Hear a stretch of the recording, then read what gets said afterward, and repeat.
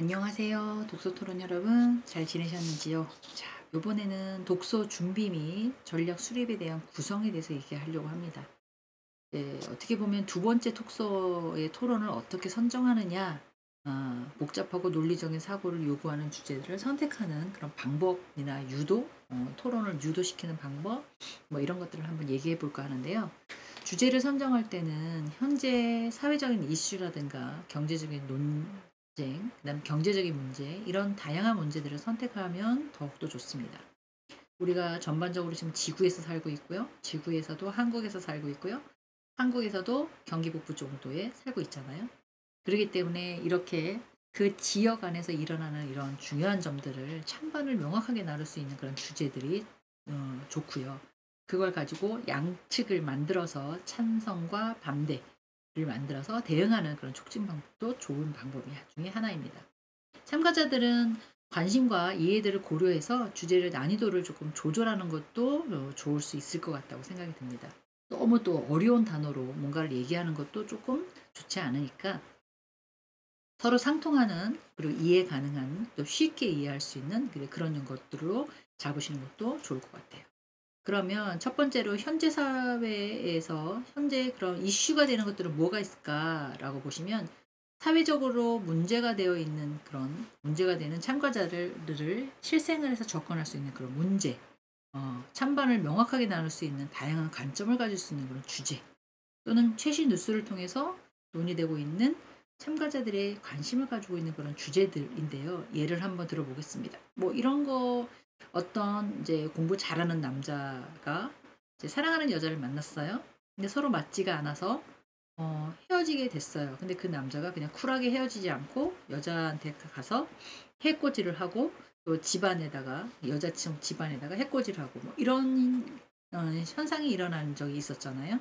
그러면 이 남자가 어떤 가정의 결핍이라든가 살아 성장하는 과정에서 약간 결핍이 있어서 불만족이 있어서 이런 행동을 했느냐, 공부는 엄청 잘한 똑똑한 학생인데도 불구하고 그런 행동을 한 경우가 있었습니다. 그러면 이건 뭐에 대한 잘못이냐? 이렇게 뭐 찬반을 나눠 가지고 이런 식으로 사회적인 이슈를 가지고 얘기하는 것도 좋은 방법이고요. 지금 교재에 나와 있는 것처럼 예시 주제에 보면 기본 소득에 대한 도입, 정부가 모든 국민에게 조건 없이 일정한 금액을 지급하는 그런 찬반에 대한 거. 저희 코로나 시대 때 이런 것들이 있었잖아요. 모든 국민에게 1인당 얼마씩 이렇게 해서 4인 기구 기준에서 뭐 100만 원씩 지급하는 그런 게 있었습니다. 그것뿐만 아니라 소상공인들은 네, 코로나 시대에 사람들이 다 방에서 안 나오니까 네, 집에서 못 나오게 만들었잖아요. 그러다 보니까는 이제는 이제 어떻게 경제적인 게 힘들어지니까 이제 그 사람들에게 약간 뭔가를 전달해 주는, 이제 이런 거에 대해서 좋냐 나쁘냐 뭐 이렇게 얘기를 해야 하고, 또 하나는 AI와 자동화를 통해서 기술 발전으로 인해서 일자리가 감소가 되고 있더라. 조금 있으면 변호사, 의사들도 없어지는 그런 세상이 된다고들 얘기하잖아요. 이런 거가 정말 좋은 거냐, 나쁜 거냐, 뭐 이렇게. 택시 기사도 거의 다 무인으로 가는 경우도 많고, 버스도 그럴 것 같고요. 뭐 이런 형태가 이루어지는 게 과연 우리 인간이 다치지 않고 멋진 삶을 살아가는데, 인간의 삶을 영위하는데 바람직한 거냐, 뭐 이런 것들도 네, 토론 주제가 될 수 있을 것 같습니다. 또 하나는 SNS 규제인데요. 소셜 미디어나 플랫폼에 대해서 정부가 강력하게 조금 네, 자기도 모르게 딸려서 뭐 이상한 거를 접속을 한다든가 내 거를 통해서 뭔가를 가져간다든가 이런 사이트를 통해서 뭐 하잖아요. 이런 것들이 조금 더 강력하게 돼야 된다는 거죠. 그리고 스쳐 지나가면서 어떤 범죄를 일어나는 거, 특히 성추행범이라든가 이런 것들을 조금 어떤 식으로 해결을 하면 좋은 방법인지, 이런 것들도 토론의 주제가 될 수 있을 것 같다라는 생각을 해 봅니다. 그러면 현재 사회적인 이슈는 우리가 공감되는 형성이니까 너무 뭐 이렇게 정치권이라든가 이런 것만 제외하고는 되게 좋을 것 같다는 생각이 들고요. 또 하나는 철학인대적인 논쟁인데요. 인간의 존재, 뭐 도덕성, 자유의 의지 이런 걸 가지고 기본적인 철학의 문제를 다루는 주제도 나쁘지 않겠다. 여러분들의 여러분들의 자녀들은 청소년 시기를 어떻게 잘 보내셨는지요? 네. 대부분의 청소년 시기를 잘 보내지 못한 사람들은 이제 질풍노도의 시기라고 해서 '내가 왜 태어났으며 내가 무엇 때문에 공부하며' 막 이런 것들을 조금 고민해 보잖아요. 그래서 이제 조금 더 그러면 그런 시기를 다 지난 지금 60대 70대 80 대를 살고 계시는 분들은 어떠세요? 삶이 그때보다 훨씬 더 여유로우신가요? 내가 왜 사는지, 뭐 때문에 사는지, 뭐하러 이렇게 고생을 하는지 뭐 이런 생각은 안 드시나요? 네. 인간은 뭔가를 자꾸 추구하고 알려고 하고 막 이러는 거잖아요. 욕심보다는 뭔가를 이렇게 자꾸 개발하고 활동하는 걸 좋아하는 그런 습성이기 때문에 그런 형태라는 거죠. 그런 것도 논쟁이 될 수 있다는 거죠. 참가자들이 철학적인 사고를 통해서 좀 더 깊게 뭔가를 전개할 수 있는 그런 주제면 더욱더 좋을 것 같고요.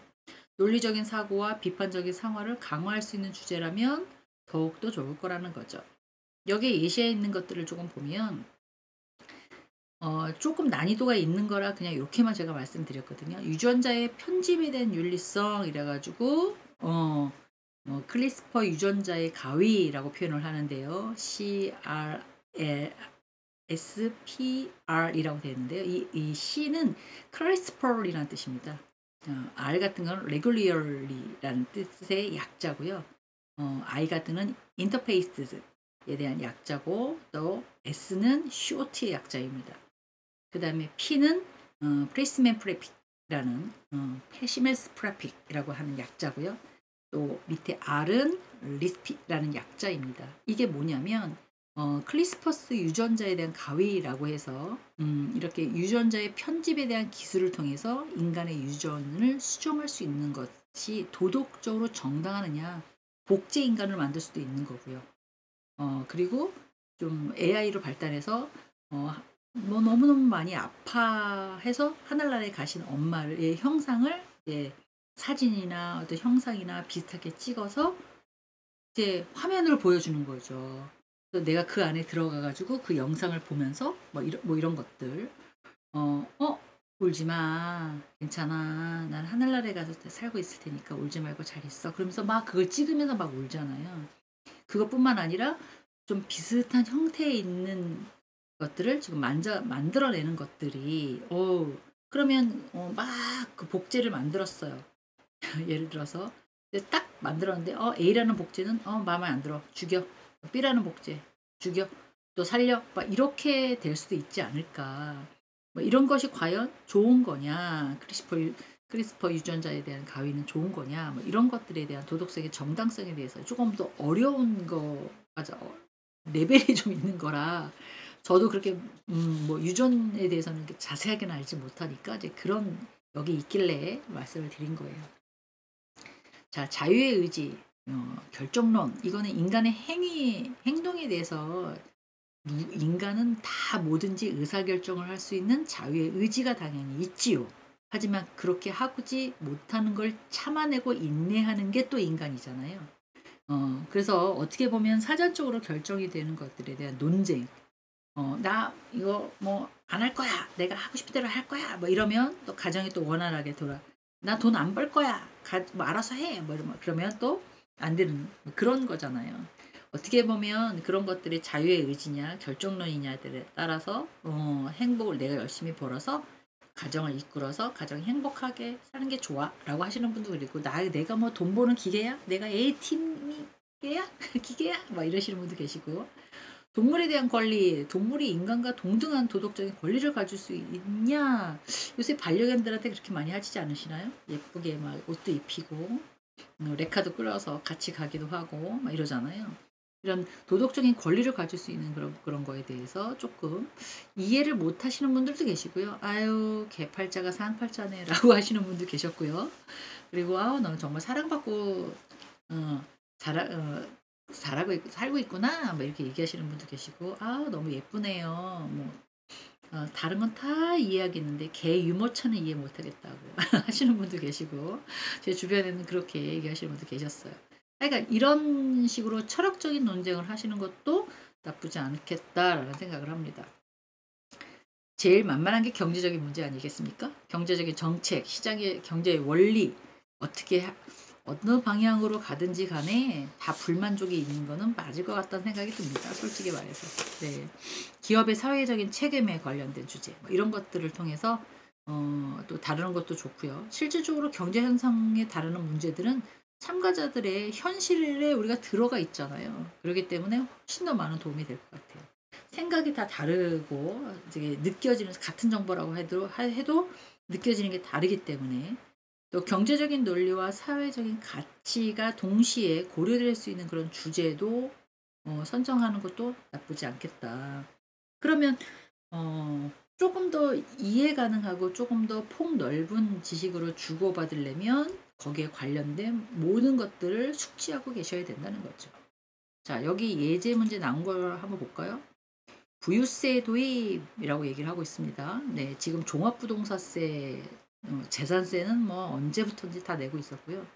종합부동산세는 노무현 대통령이 만들어서 지금 부활되어 있는 거고요. 거기 앤드 부유세 도입이라고 또 한다고 하니 돈을 갖고 있는 사람들은 네, 내가 열심히 돈을 벌어서 했는데 왜 너희들이 다 가져가려고 그래? 뭐 이런 생각을 갖지 않을까요? 고소득자와 대기업에 대한 높은 세율을 부과해서 정당성과 효율성에 대한 찬반 논리, 물론 높은 세율이라 해서 우리나라에는 어떻게 보면 그 세율 자체가 일정하지 않습니다.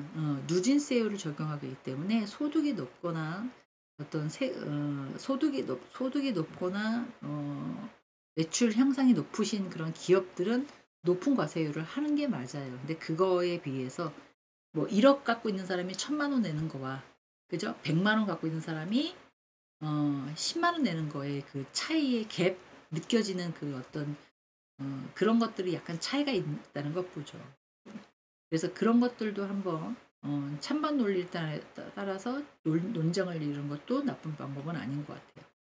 최저임금의 인상 지금 계속 올라가고 있죠. 최저임금이 최저임금의 인상이 경제에 미치는 긍정적이고 부정적인 영향에 대해서 논리적으로 물론 허름한 일을 아주 일반 단순한 일을 시키는데도 불구하고 최저임금이 계속 올라가게 되면 한국 사람을 쓸 수가 없고 외국 사람을 쓰게 되면 또 불법적인 고용이 창출이 되고요. 그 사람들이 고용이 불법이 되다 보니까 고용주나 그 기업체들도 문제가 생기고요. 이런 것들이 계속 일어날 수밖에 없잖아요. 그런 걸 어떻게 절충해 시키느냐 그런 논쟁도 나쁘지 않을 것 같아요. 또 하나는 공유의 경제에서 우버, 에어비앤비, 우버는 택시입니다.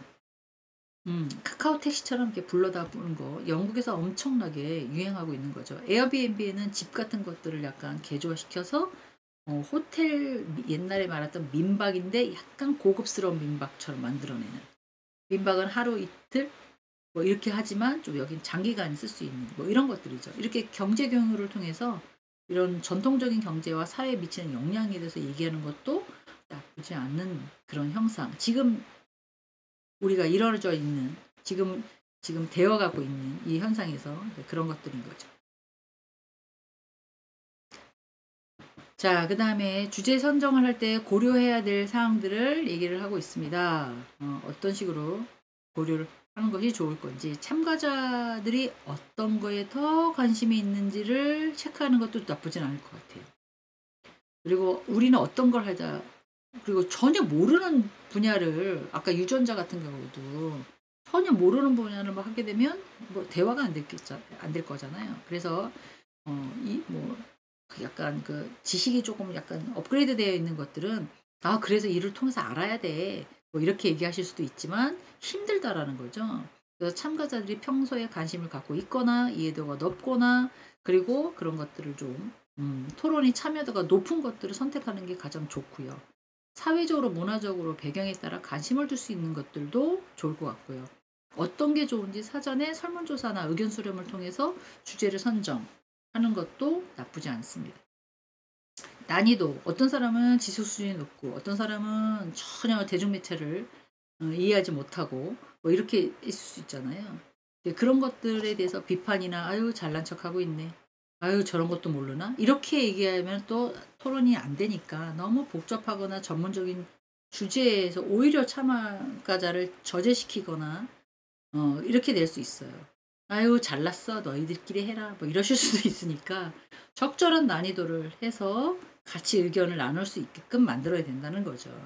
주제가 다소 어렵다 하더라도 충분한 뭐 이렇게 약간 배경의 정보를 준다든가 자료를 제공한다든가 뭐 이렇게 해서 한 번은 조금 더 모르는 분야 과학이나 뭐 별 뭐 이런 것들 제가 저 뭐 이 우주 뭐 이런 것들 한 번 하고 또 하나는 사회적인 것도 한 번 하고 아니면 신체적인 거 의학적으로도 한 번 하고 뭐 이렇게 돌아가면서 약간 토론을 한다면 지식도 약간 업그레이드 이런 게 있구나. 잘 모르지만 이런 거는 어때요? 이런 식으로 되면 될까요? 뭐 이렇게 할 수도 있고 그래서 필요한 지식들을 습득할 수 있는 그런 기회로 삼을 수 있겠다라는 거 얘기죠. 그래서 주제에 뭐 예시에서 나왔는데 환경 문제 요새 탄소세 도입할 거냐 아직은 안 하지만 플라스틱 이용이 지금 만만치 않잖아요 사실은. 그쵸? 그래서 저도 엄청 많이 쓰는 것 같아요. 저도 하나 갖고 다니기는 하는데 그게 늘 갖고 다니지는 못하거든요. 저도 모르게 손님이 오시거나 뭐 이렇게 하면 "사 드릴게요." 뭐 이렇게 될 수밖에 없으니까. 그래서 전면 금지를 해야 된다는 주장. "아니다. 아직도 필요하다." 뭐 이런 거. 사회의 정의, 소수자의 우대 정책 지금 뭐 엄청나게 하고 있잖아요. 인종이나 성별이나 성적이나 이런 것들에 대한 소수자에 대한 우대. 예를 들어서 정책에 대한 할당제 이런 것들에 대해서 하고 있느냐 안 하고 있느냐. 대부분 우리가 살고 있는 이 사회는 장애인과 비장애인으로 이루어졌어요. 근데 비장애인이 비장애인이었다가 장애인이 되는 경우가 훨씬 더 많은 시대에 살고 있거든요. 나도 모르게 사고로 인해서 네 그렇다고 절망하거나 숨거나 이래 버리면 더 안 되니까 조금 더 그 사람들을 이해하고 같이 갈 수 있게끔 태어날 때부터 유전적으로 되는 경우도 물론 있지만 어 확률적으로 보면 비장애인이었다가 장애인이 되는 경우가 훨씬 더 많거든요, 사고로 인해서.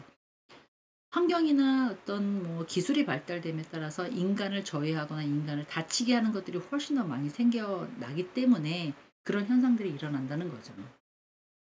자, 그다음에 이제 표현의 자유, 혐오 발언에 대한 규제라고 되어 있어요. 그렇게 되죠. 아무래도 사람이 뭔가를 막 자기 주장을 얘기를 할 때는 흥분하게 되잖아요. 나도 모르게. 그러니까 법률에 표현의 자유를 침해하는 거에 대한 이제 논리. OX로만 대답하세요. 네, 아니요로만 대답하세요. 됐어요. 그만 얘기합니다. 뭐 이런 식으로 하잖아요. 청문회 같은 것도 보고 그러면. 그럼 얼마나 답답하겠어. 마이크 끄세요. 막 이래 버리고. 내 말 막 저기 약간 그 같은 어떤 급인데도 아랫사람 대하는 식으로 막 그렇게 막 얘기를 해 버리잖아요. 이제 그런 거에 대한 것 그런 것들에 대한 이제 논의도 괜찮을 것 같아요. 그다음에 교육 정책이라고 해서 그 온라인 교육의 확대에 대해서 온라인 교육이 전통적인 오프라인 교육에 대해서 대체할 수 있는 거에 대한 찬반. 지금 여러분들 뭐 듣고 계세요? 동영상 듣고 계십니다. 그쵸? 음. 어떻게 보면 온라인 교육이 활성화되기까는 코로나로 인해서 억지로 시켰던 것이 지금 정착화가 되어 버려 가고 있다고 보셔도 될 것 같아요. 첫째적으로는 모든 사람이 어떤 장소의 규제가 없기 때문에 온라인으로 여러 사람들이 80명, 50명, 100명 뭐 이렇게 들을 수 있었다라는 거죠. 근데 관리하는 사람 입장에서는 약간 한계가 있기 때문에 그런 것들을 좀 이렇게 정하는 것뿐입니다. 그런 것들에 대한 이제 찬반 논리에 대해서 얘기하는 것도 괜찮을 것 같고 입시 제도에 대한 개혁, 대학 입시 제도 어떻게 보면 우리나라는 고등학교 학생들을 쥐어짜서 암기식으로 해서 대학을 보내는 그런 오래된 시스템들이 있죠. 물론 면접이나 창의성을 발휘하는 논술이라든가 이런 것들을 적용하는 것도 있지만 그것 또한 머릿속에다가 암기해서 우리나라가 또 만들어 놓은 이런 교육 틀 안에 사람을 끼워 맞춰서 거기에서 잘하게 되면 잘하는 사람, 거기에서 못하면 못하는 사람 이렇게 낙인이 찍혀 버리니까 이런 전면적인 개혁에 대한 필요성에 대해서 논의하는 것도 나쁘지 않을 것 같습니다. 토론에 대한 전략에 대한 수립에 대해서 얘기를 해 보겠습니다. 이거는 효과적인 토론 전략을 수립하기 위해서는 물론 내가 이거를 왜 얘기하려는지 주장하고 그 주장에 대해서 잘못된 부분을 반박할 수 있는 그런 준비가 되어 있어야 되겠죠. 그러면 내가 뭔가를 주장하려고 해요. 그러면 어떻게 해야 됩니까? 핵심 주장에 대한 식별이나 토론 주제에 대해서 자기 입장을 명확하게 세워야죠. 그리고 그 입장을 뒷받침할 수 있는 여러 가지 같은 것들을 첨부시켜야 되죠. 메모하는 것도 좋고 작성해도 좋고. 아까 예를 들어서 최저임금에 대해서 얘기한다고 했잖아요. 최저임금이 계속 올라가요. 그러면 받는 사람 입장에서는 어떻게 해요? 기분이 좋죠. 근데 주는 사람 입장에서는 어떻게 해요? 정말 단순 누구를 쓸 수 없는 상황까지 일어나게 된다면 아까처럼 외국 노동자를 쓰거나 그 사람도 없는다고 한다면 가족끼리 누구 줄 거라면 차라리 가족이 낫겠다. 뭐 이런 식으로 돼야 된다는 거죠. 근데 최저임금이 오르는 이유들은 가족이든 누구든 생활 수준이 계속 올라가고 소비가 증대되고 주변에는 물가가 올라가기 때문에 같이 올라가야 된다는 거예요. 그러면 주변에 있는 예를 들어서 뭐 라면 한 그릇에 10,000원인데 제가 10,000원인데 제가 받는 식대는 6,000원이에요. 그럼 어떻게 돼요? 계속 마이너스가 나는 거잖아요. 빈곤이 연속된다는 거죠. 그랬기 때문에 빈곤을 감소시키려면 최저임금이 올라가야 된다. 이런 식으로 그 이유 다른 나라의 비교 그리고 보통 사람 고등학생들의 비교, 대학생들의 비교 그리고 뭐 기타 등등 뭐 이런 것들에 대해서 뒷받침할 될 수 있는 그런 증거들을 내세워야 된다는 거죠. 그러니까 주장을 할 때는 논리적으로 흐름을 좀 유지를 해야 하고요. 이 논점에 대해서 연결될 수 있게끔 또 순서도 약간 배열하는 것도 좋을 것 같습니다. 아까 이제 계속해서 저임금에 대해서 그다음에 최저임금이 자꾸 상승되는 것들을 얘기하면 생활 수준을 어떻게 개선할 거냐. 이 돈 갖고는 내가 여기서 벌면 이 돈 갖고는 경기 북부에서는 살 수가 없어. 경기도에서 살 수가 없어. 저 지방에 가서 살아야 돼. 결과적으로 소비가 증가하기 때문에 경제가 성장하는 과정으로 논리를 설명할 수밖에 없다는 거죠. 그러면 그거에 대한 구체적인 증거와 사례들을 준비해서 설득을 해야 돼요. 뭐 통계학적으로 이렇습니다. 연구 결과도 이랬습니다. 역사적으로 이런 일이 있습니다. 또 뭐 예를 들어서 최저임금이 인상한 후에 소비가 증가된 사례는 이렇습니다. 외국 사례도 있을 수가 있고요. 물론 환율의 차이가 있기 때문에 정확한 건 정확하게 우리나라에 적용될 수는 없겠지만 그래도 그 나라의 물가에 대해서 대비 얼마, 우리나라의 물가에 대해서 대비 얼마, 뭐 이런 식으로 될 수 있다라는 거죠. 그래서 다양한 어떤 사례를 통해서 여러 가지의 관점과 그다음에 주장의 포괄성을 좀 넓혀야 되고요. 지금 해야 돼요. 맞아야 돼요. 그래야 돼요. 이렇게 단순하게 얘기하는 것보다 경제적으로, 사회적으로, 도덕적인 측면으로 다양한 근거를 약간 정보를 수집해서 근거를 제시하면 조금 더 내가 얘기하려고 했던 그런 주장이나 이런 논리에 적합하다. 제일 좋은 거는요. 타당성입니다. 이렇게 될 수밖에 없어요. 뭐 이렇게. 비교 분석이죠. 다른 나라 아니면 다른 기업 아니면 다른 지역 뭐 이런 식으로. 그래서 어떻게 보면 그런 것들은 통계학으로 수치로 나타나는 게 없기 때문에 연구 결과를 보고 아니면 그 통계 자료 이런 걸 보고 경제 지표를 봐서 최저임금이 올라갈 수밖에 없게끔 어떻게 입증해내는 이거는 내가 만든 게 아니라 전문 기관에서 만들었어요. 뭐 이렇게 표현하게끔 만든다는 거죠. 네, 그런 식으로 약간 이제 자기 입장을 막 주장한다면 계속 듣고 있어요? 상대가? 그렇겠죠. 그러면 거기에 대해서는 어떻게 반박에 대한 것들을 또 해야겠죠. 그러면 미리 예측하지 않을까요? 네, 저 사람이 저렇게 주장할 거야. 그럼 나는 이걸 어떻게 얘기를 할 거냐. 뭐 이런 걸 얘기를 하는 거죠. 물론 주제는 알겠죠, 미리. 예, 그래서 최저임금의 인상에 대해서 기업이 부담이 늘어나고 그 못해 우리는 2명 쓸 거 1명 쓰고 말지 못해. 차라리 그 사람한테 수당을 좀 더 주겠어. 그럼 내 입장에서는 훨씬 더 나은 거잖아. 뭐 이렇게 간다는 거죠. 고용이 감소가 될 수가밖에 없고요. 그러면 취업이 더 안 되는 거고요. 그렇게 되면 장기적으로 경제 성장이 고용이 아니 다양한 근거제를 제시하는 거죠. 반박에 대응할 수 있는 논리를 추가적으로 근거해서 사례를 좀 보여준다든가 반박의 논리적인 오류를 포함해서 그 오류를 지적할 수 있도록 할 수 있도록 준비를 좀 해갖고 가야 된다라는 거죠. 그래서 상대방이 주장하고 있는 다양한 반박의 준비는 상대가 주장을 어떤 거를 할 거야 라고 추측할 수 있어야 되고요. 그걸 분석할 수도 있어야 되고요. 그리고 그 사람이 이 부분에 대해서는 어떻게 얘기할 거야. 이런 거죠. 최저임금의 고용에 대해서 만약에 이거 지금 나는 막 논리를 막 주장하는 사람은 반박을 분명히 이렇게 할 거야. 그러면 이거에 대해서 나는 어떤 식으로 또 내 의사 표현을 할 거야.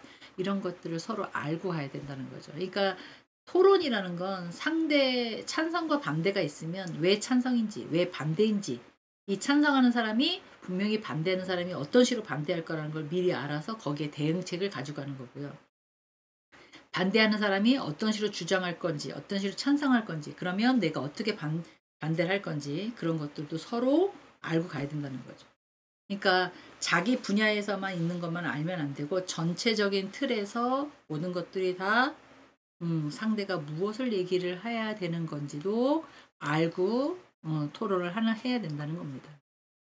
그래서 그 주장의 타당성을 검증하는 것도 되게 좋고요. 되게 기본이고요. 반박의 논리를 증거를 준비하는 것도 기본적인 행동이라고 보시면 될 것 같아요. 단순히 상대가 주장하는 것들을 부정하고 아닙니다, 아닙니다 이렇게 하게 되면 이거는 뭐 싸우는 꼴이 되는 거잖아요. 그래서 고용 감소에 대해서 대안이나 기술 혁신을 통해서 새로운 일자리를 창출하는 그런 제안 제시할 수도 있어야 된다라고 보시면 될 것 같아요. 반박을 하는 논리의 구성을 할 때도 논리의 허점을 좀 저 사람 봐라 요 틀린 말을 하네 막 이런 식으로 조금 마음이 아프죠. "너 뭐 잘못하고 있는지 내가 확인할 거야." 뭐 약간 이런 느낌이긴 한데 효과적으로 지적할 수 있는 방법은 상대가 얼마만큼 오류를 저지르냐에 따라서 어 그런 걸 잡아내는 거라는 거죠. 왜? 그 토론할 때 상대편보다 내가 훨씬 더 나은 주장을 했다고 인정을 받기 때문에 그러기 때문에 그래요. 최저임금을 인상한 후에 소기업들이 어떻게 고용이 줄어들지 사례를 보여주고 전체적인 경제에 적용하면서 어떤 시도를 하고 있는지 성급한 일반화의 오류임을 지적할 수 있는 것들 그런 것들도 조금 생각을 해봐야 되고요. 근거의 불충분들 그리고 비일괄적인 것들 데이터를 통해서 어느 지역에서는 이렇게 얘기했는데 어느 지역에서는 이렇게 얘기했다. 어느 통계사에서는 이렇게 얘기했는데 어디에서는 이렇게 했다. 뭐 이런 것들에 대한 한계에 대한 지적 같은 것들. 왜냐하면 모든 것들이 다 사람들이 하는 거기 때문에 실수가 있을 수밖에 없거든요. 그래서 완벽한 건 없습니다.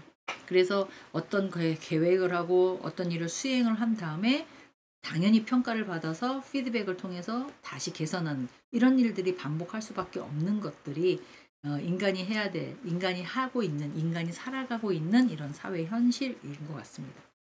자, 토론을 할 때는 나랑 다른 의견들하고 약간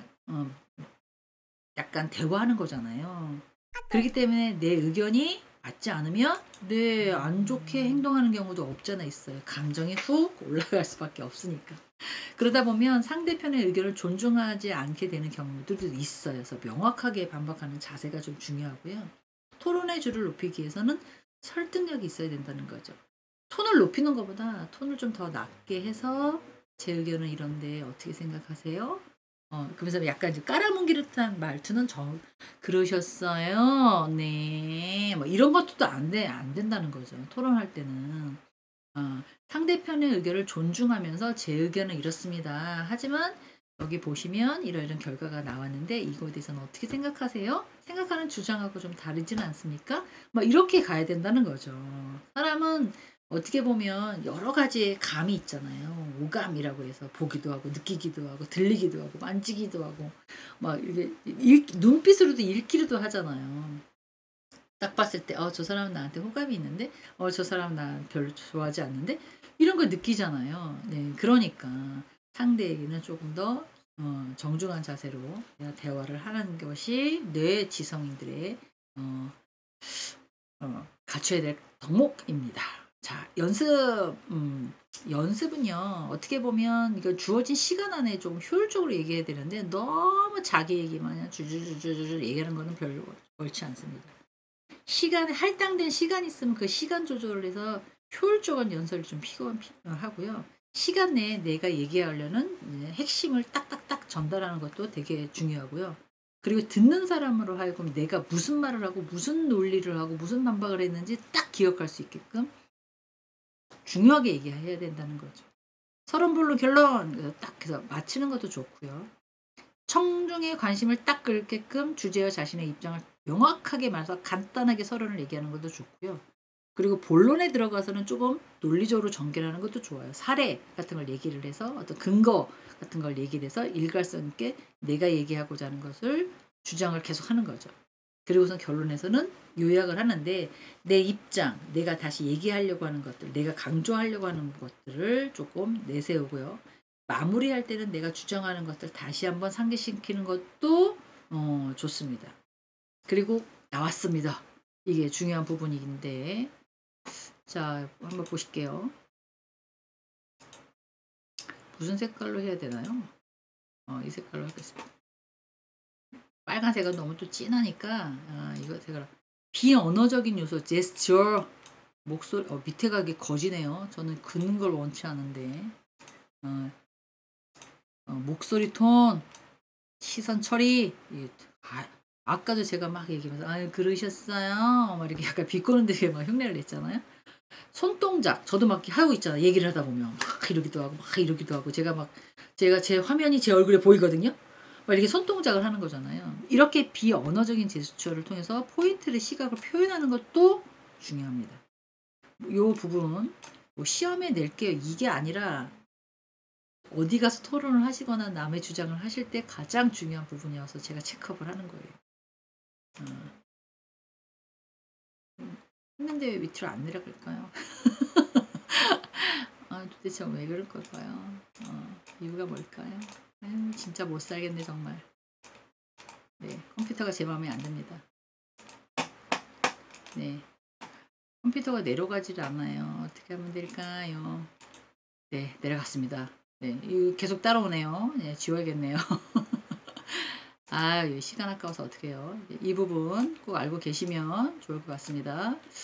자, 그래서 비언어적인 거, 목소리 톤은 높낮이, 속도, 강약, 조절, 전달력, 목소리를 강하게 설명할 때 천천히 시선 맞춤, 정중하게 행동하는 것들, 신뢰감, 시선에 대한 방향, 한 사람만 집중하지 않고 주변을 다 같이 쟤 왜 나만 봐? 막 이렇게 이럴 수 있으니까 되게 중요해요. 이 부분 되게 중요합니다. 꼭 어떻게 뭐 하실 때 도움이 되셨으면 좋겠습니다. 자, 논리의 개발 이런데요. 논리는 토론에 사용하는 논리적인 근거를 개발한다고 표현하기는 좀 그렇고 저거는 찾아가시면 좋을 것 같아요.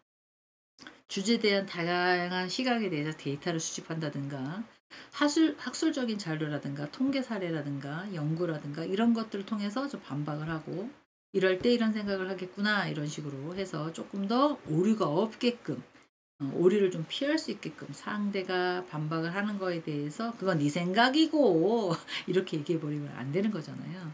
그래서 이제 그런 것들도 좀 찾아가시는 것도 좋은 방법이에요.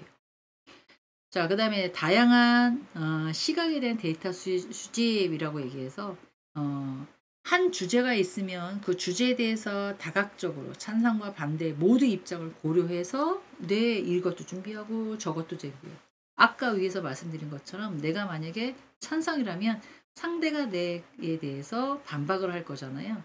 그럼 반박하는 거의 부분에 대해서 어떤 말이 나올지를 미리 예측해서 이런 말을 하면 이렇게 대답해야지 이런 말을 하면 이렇게 의논을 해야지 얘기를 해야지 이런 거를 생각해 가야 된다는 거죠. 최저임금에 대해서 얘기를 계속 하고 있는데 경제적인 관점, 사회적인 관점, 윤리적인 관점을 고려해서 좀 다양하게 분석을 하고 그 관점을 얘기를 했을 때 상대가 어떤 얘기를 할지를 미리 추측해서 나는 이런 식으로 얘기를 해야 된다는 것들도 고려해 갖고 가야 된다는 거예요. 사람이 얘기를 서로 의논하면 상충되는 의견이 생겨날 수밖에 없습니다. 주제에 대해서 서로 다른 생각을 갖고 얘기를 하는 거잖아요. 그렇기 때문에 토론이 상대방의 주장에 효과적으로 대응할 수 있는 방법들도 조금 가져가야 된다는 얘기죠. 뭐 예를 들면 최저임금에 대해서 인상에 대한 고용에 미치는 영향이라면 기업은 어떻게 보면 인력을 줄이고 이득을 많이 벌게끔 무언가를 하려고 해요. 수익 창출을 하려고 해요. 그런데 임금이 올라가 버리면 필요한 사람들도 있지만 필요치 않은 사람들은 내보내게 되는 거잖아요. 이렇게 양쪽에 대한 다른 연구들을 검토하는 것도 가장 좋고요. 그 데이터들이 신뢰성이 있어야 된다는 거예요. 이 신뢰성이라는 것은 어떻게 보면 학술 논문 누가 확인된 거, 학술 저널 누가 확인한 것들, 이런 것들을 통해서 좀 다양한 근거를 통해서 토론에 제시할 수 있는 그런 신뢰가 높은 것들을 가져가야 된다는 거예요. 또한 공신력도 있어야 돼요. 국가나 유엔이나 뭐 정부나 뭐 이런 데서 데이터는 거짓말을 하지 않잖아요. 있는 그대로를 하는 거니까. 그런 자료들, 국세청, 뭐 통계청, 뭐 이런 것들. 또 이런 것들을 통해서 사례를 통해서 뭐 연구했던 다양한 연구 같은 거, 외국 사례도 좋고 한국 사례도 좋고 특정 국가에 대해서 약간 분석하는 그런 것도 좋고, 그런 것들을 좀 수집을 하셔야 된다는 거죠. 논리적인 오류, 이거는 명확하게 일관된 주장을 계속 해야 되는데요. 막 얘기하다가 저 사람 얘기 들어보고 그 맞는 것 같다. 아닌 것 같은데 내게? 뭐 이래 버리면 허수아비 논법처럼 상대방의 주장에 왜곡되고 공격하는 오류.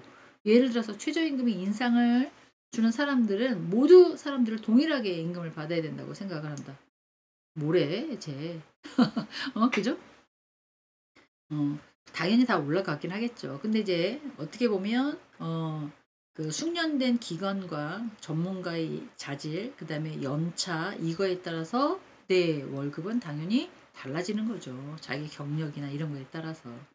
그래서 이 사람이 그러면 똑같이 올라갈 거면 똑같이 받아야 돼 라고 얘기한다는 건 조금 말이 안 되는 말이잖아요. 성급한 일반화, 제한된 사례나 근거를 바탕으로 일반적으로 결론을 내리는 그런 오류, 한두 개의 소견만 가지고 하는 경우, 이런 것들은 또 안 된다는 거죠. 미끄러운 경사로라고 해서 하나의 사건이 일련된 부정적인 결과로 이어지는 것이 아니라 예를 들어서 최저임금의 인상은 결국 모든 기업이 파산이 될 거다, 이렇게 주장하면 안 된다는 거죠. 큰 기업들은 더 많은 돈을 주면서 더 많은 좋은 인력들을 쓰려고 노력을 합니다. 그만큼 대우를 똑같은 조건이라 하더라도 공부했던 양, 경력직에 따라서 좀 다른 대우를 받는 거죠. 그래서 이제 그런 식으로 이제 이런 식으로 약간 말도 안 되는 미끄러운 경사로처럼 모든 기업이 돈을 올리면, 임금을 올리면 모든 기업이 파산할 거라고 주장하는 것은 어폐가 있다는 거죠.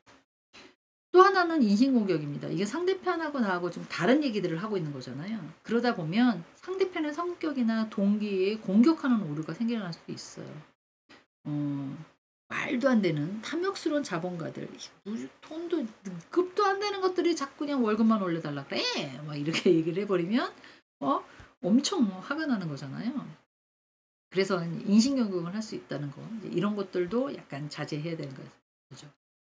오류를 피하기, 상대방이 주장하고 있는 반박을 정확하게 근거와 논리를 접근하면서 토론 중에 상대편이 주장하는 논리나 오류를 범하는 그런 지적사항에 대해서는 신뢰성을 잃지 않고 근거에 의해서만 대답을 해야 되는, 그거에서 이긴다고 제가 뭐 약간 뭐 사회적인 지위가 바뀌고 돈이 많이 생기고 이러면 목숨 걸고 싸워야 되겠지만, 서로 각자 생각이 다른 것들을 토론하는 장소이기 때문에 그런 것들이 조금 다운해서 얘기할 부분이 없잖아 있는 거죠.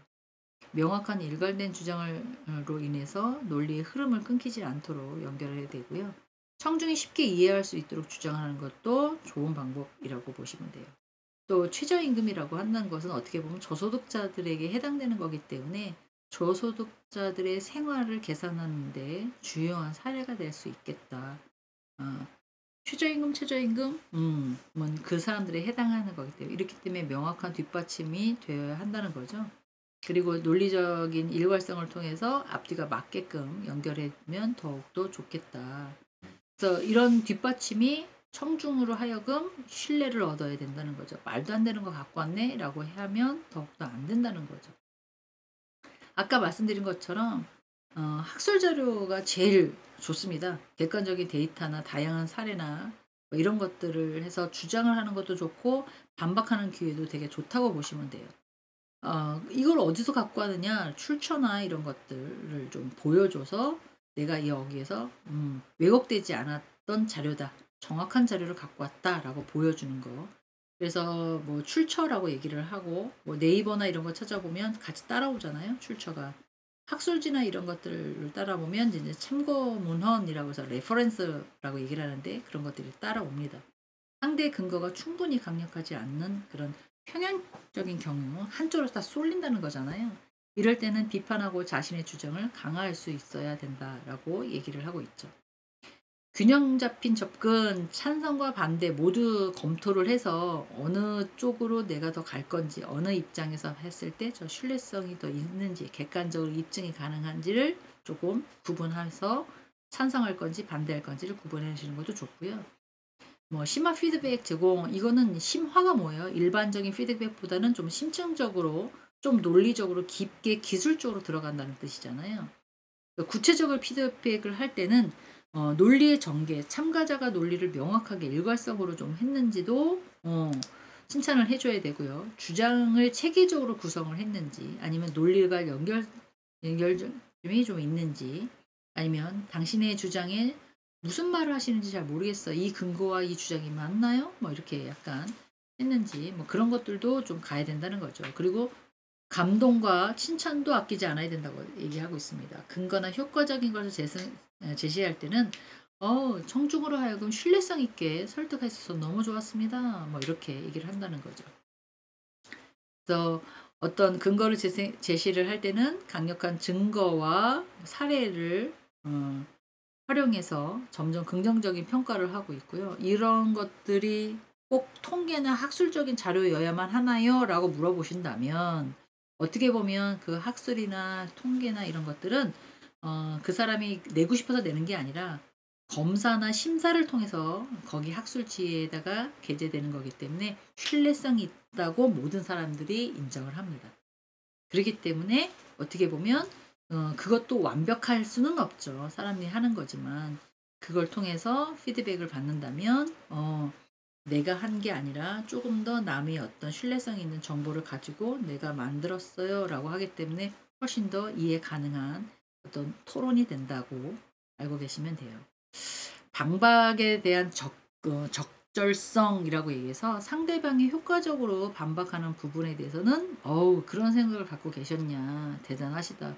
허점을 정확하게 파악하고 계시는데요. 저도 그런 생각을 가졌는데 야 대단하시다 라고 이제 시작하면서 얘기를 하는 게 좋다는 거죠. 어떻게 그게 보면 상대방을 존중하는 부분이 있을 수 있거든요. 상대방의 주장이 논리적으로 일관성이 없다면 좀 더 잘 지적해야 되고요. 이를 바탕으로 자신이 주장하는 것들을 조금 더 강하게 만들 필요가 있다. 피드백을 받았으면 그것도 또한 개선해야 될 점이라고 보시면 돼요. 논리적인 오류를 범하는 구체적인 지적일 수도 있고요. 성급하게 일반화시키거나 허수아비 논법을 사용해서 오류를 설명할 필요는 없다고 봅니다. 당신이 주장하고 있는 성급한 일화일 수도 있고요. 특정한 사례의 경우에 이런 거는 해당이 안 되는 것 같은데 어떻게 알 수 있을까요? 다음에 오실 때는 조금 특정한 사례를 좀 갖다 주시면 더욱더 좋을 것 같습니다. 뭐 이런 식으로 상대편이 조금 더 많은 공부를 할 수 있게끔 좀 문제를 내시는 거죠. 전달하는 방법, 아까 톤도 높여야 되고 좀 편안하게 얘기해도 예의를 갖춰야 되고 막 이럴 거잖아요. 너무 작거나 지나치게 말이 빠르거나 비언어적인 표현을 사용한다던가 뭐 이렇게 하면 안 된다. 놀고 있네 뭐 이런 식으로 대화를 하고 있는데 그렇게 하면 이거는 서로의 신뢰가 깨지기 때문에 대화를 할 수 없죠. 그래서 뭔가를 막 얘기를 할 때는 상대편이 좀 알아들을 수 있게끔 그리고 너무 높은 톤도 별로고요. 너무 낮은 톤도 별로고요. 사람이 얘기를 잘 들을 수 있게끔. 근데 제가 생각하는 이런 토론 방식의 좋은 것들은 내가 생각할 때 좀 천천히 얘기하는 것이 상대편이 듣는 걸로 하여금 조금 더 속도를 맞출 수 있어요. 여기도 중요한 부분은 속도를 속도를 조금 늦추면서 더 효과적으로 전달할 수 있습니다. 라고 얘기하는 것들은 상대방이 들었을 때 저 사람이 저 부분에 대해서 왜 저렇게 천천히 얘기하나, 강조하는 부분이구나 라고 이해할 수 있어야 된다는 거죠. 그래서 참가자들이 논리적인 오류를 구체적으로 좀 분석하고 오류가 있으면 그런 것들을 주장을 좀 약화시키는 것들에 대해서 대안을 제시하는 것도 좋을 것 같습니다. 전달하는 방식에 대해서를 조금 뭐랄까 효과적으로 어떻게 전달한 건지도 좀 파악을 해야 되는데요. 아까 얘기한 것처럼 조금 요점 정리를 하면 비언어적인 제스처, 표정, 시선 처리, 한 사람만 집중해서 보는 건 별로 안 좋다 그랬어요. 다양하게 보면서 네, 속도와 톤과 강조하는 부분들을 얘기를 해서 청중들이 이해할 수 있게끔 설득을 어떻게 하는지, 그리고 시선 처리 이런 것들이 매우 중요한 부분이다. 발표나 토론할 때 한 부분만 보고 관중들은 안 보고 계속해서 이렇게 어떤 자료만 쳐다보고 하시는 분들 계세요. 그러면 어떤 대화가 아니죠. 내 앞에 저 지금 그렇게 얘기하죠. 누가 성인학습자들이 있다, 학생이 있다라고 가정을 하고 지금 막 흉내를 냈다가 박수도 쳤다가 막 이러잖아요. 처음엔 저도 엄청 어색했었습니다. 이게 동영상을 찍을 때. 그런데 금방 또 익숙해지더라고요, 사람들이. 그래서 효과적인 것들을 이렇게 전달하려고 하면 목소리 강조의 톤도 높이는 것도 좋겠다. 반박의 적절성 부분, 이건 근거가 가장 중요하다고 보시면 될 것 같습니다. 말도 안 되는 말 갖다 집어넣으면 안 되고, 반박이 부족했던 부분은 많은 근거들을 찾아낼 수 없었다는 거죠. 추가적인 데이터나 어떤 추가적인 어떤 자료 이런 것들을 통해서 조금 더 강력하게 반박할 수 있는, 내 얘기가 이 사람도 맞아요, 이것도 맞아요 라고 보여줄 수 있게끔 해야 된다는 거죠. 자, 토론 후 추가적인 연습 과제를 제시한다. 물론 막 얘기를 하면 받잖아요. 그러면 특정한 주제의 논리의 흐름에 대해서 글을 쓰거나 토론에 대해서 약간 다시 한번 점검해서 이 부분에서는 내가 이런 말을 왜 못했지? 주제와 어떤 유사한 것들, 이거 끝나고 나니까 또 생각이 나네. 뭐 이런 거 있을 수 있습니다. 사람들은 다 어, 너무 잘했어. 뭐 이런 경우도 있지만 뭔가 실수한 것 같아. 뭐 이런 경우가 더 많잖아요. 그래서 논리적인 사고를 강화하는 연습이 좀 필요하죠. 전달력도 좀 중요합니다. 비언어적인 것들도 조금 아까 말한 것처럼 뭐 제스처, 뭐 거울을 보고 연습을 해라, 막 이렇게 얘기를 써져 있긴 한데 얼마나 웃길까요? 그렇죠? 그러니까 이제 그런 것들을 통해서 자신의 목소리를 녹음을 해봐서 목소리 톤도 좀 보고 속도도 좀 점검해보고 이런 식으로 하는 것도 나쁘지 않는다, 이렇게 얘기를 하고 있습니다. 반박하는 연습, 상대가 어떤 주장을 하게 되면 이 사람이 어떤 말을 할 거다라는 것도 추측하면 내가 얘기를 할 수 있잖아요. 그래서 근거와 데이터를 통해서 저분이 저렇게 얘기하면 이렇게 얘기할 거고, 이렇게 얘기하면 난 이걸 한번 얘기해 봐야지 라고 상대편의 어떤 의견 주장 같은 것도 미리 제가 추정할 수 있다라는 거죠. 그래서 그런 것들을 통해서 어떤 근거 제시를 통해서 반박하는 논리도 조금 좋고요. 고급스러운 수준의 토론 기술을 연습하기, 감정을 제어해야 됩니다. 훅 달아오르죠. 나랑 지금 의견이 다른 사람하고 고품격적으로 대화하는 거잖아요, 사실은. 당연히 감정이 안 들어간다 그러면 이건 사람이 아니거든요. 그래서 설득이 떨어질 수 있고요. 그리고 막 소리 지르거나 막 이렇게 될 수 있어요. 네. 그래서 감정적인 논리가 감정적으로 충돌하지 않게끔 해야 된다는 거예요. 그래서 뭐 목소리가 떨린다든가 말투가 빨라진다든가 뭐 이런 것들, 신호가 나타날 때 이를 제거하는 방법들을 좀 익혀야 된다라고 보시면 될 것 같아요. 그래서 논리적인 대응을 유지하는 방법은 냉정한 태도 유지, 상대방의 도발이나 자극적인 발언이나 감정적인 반응에 유의하면 좋겠고요. 저쪽에서 막 난리쳐도 좀 차분하게 좀 객관적으로 좀 해야 된다는 거죠. 반박하는 데 좀 집중하셔야 되고, 자신의 논리도 상대방의 태도나 발언에 흔들리지 않도록 자신이 준비하고 있는 것들의 논리적인 근거와 주장을 조금 대응할 수 있도록 네, 준비를 철저히 해 갖고 가면 상대방이 갖고 있는데 주장이나 논리적인 오류를 포함해서 냉정하게 지적할 수 있게 된다는 거죠. 호흡도 되게 중요합니다, 여러분. 뭐 이렇게 또 하면 안 되니까. 네. 심리적으로는 그런 것들도 필요하죠. 자, 마지막일 수도 있는데요. 상황이 좀 바뀌었어요. 그럼 그런 것도 대응하는 방법. 예상치도 못한 상황이 생겨날 수 있잖아요. 대화를 하다 보면. 그럼 갑작스럽게 질문하면 응기응변도 중요합니다. 어떻게 즉각적으로 반응할 거냐. 유연한 사고를 갖고 있는 것들. 그리고 방향에 따라서 조금 흐름의 경우에는 당황하지 않게끔 얘기한다는 것들. 또 다양한 시나리오 같은 것들도 좀 갖고 있어서 갑작스러운 반박에 또 약간 질문을 약간 해결할 수 있는 것들, 이런 것들을 통한다면 조금 더 좋을 것 같고요. 또 마지막으로는 타협과 협상을 통해서 양보를 통해서 공통점을 찾아서 상대방의 공통점을 이끌어내는 것도 좋을 것 같고요. 협상이라고 얘기를 하는데 대부분의 상대방도 이익을 얻고 또 그 나머지 사람도 이 상호 이익을 얻을 수 있도록 협력하는 것도 중요할 것 같아요. 그러면 타협을 통해서 건설적인 논리를 조금 발전을 시킨다면 보다 좀 더 나은 토론의 경제적인 협력의 과정에 있어서 생산적인 결과가 되지 않을까라는 생각을 해보았습니다. 어떠셨는지요? 재밌으셨는지 잘 모르겠습니다. 그래도 독서 토론에 대해서 어떻게 하고 있는지 뭐 이런 것들을 하니까 저는 준비하면서 좀 재밌었었거든요. 네. 들으시는 분들도 좀 재미있으실 거라고 생각이 듭니다. 어, 그래서 이제 어떻게 보면 조금 더 폭넓은 삶의 질을 영위할 수 있도록 만들어내는 것들이 독서를 하면서 남한테 얘기하는 그런 방법이 아닐까라고 생각을 하고 있습니다. 조금 시간이 넘긴 했는데 네, 하여간 한 주 또 잘 지내시고 다음 시간에는 다양한 관점에 대해서 독서를 어떻게 읽는지, 또 어떻게 분석하는지, 또 어떠한 관점이 중요한 건지 그런 내용들을 가지고 다시 한번 찾아뵙겠습니다. 수고하셨습니다. 감사합니다.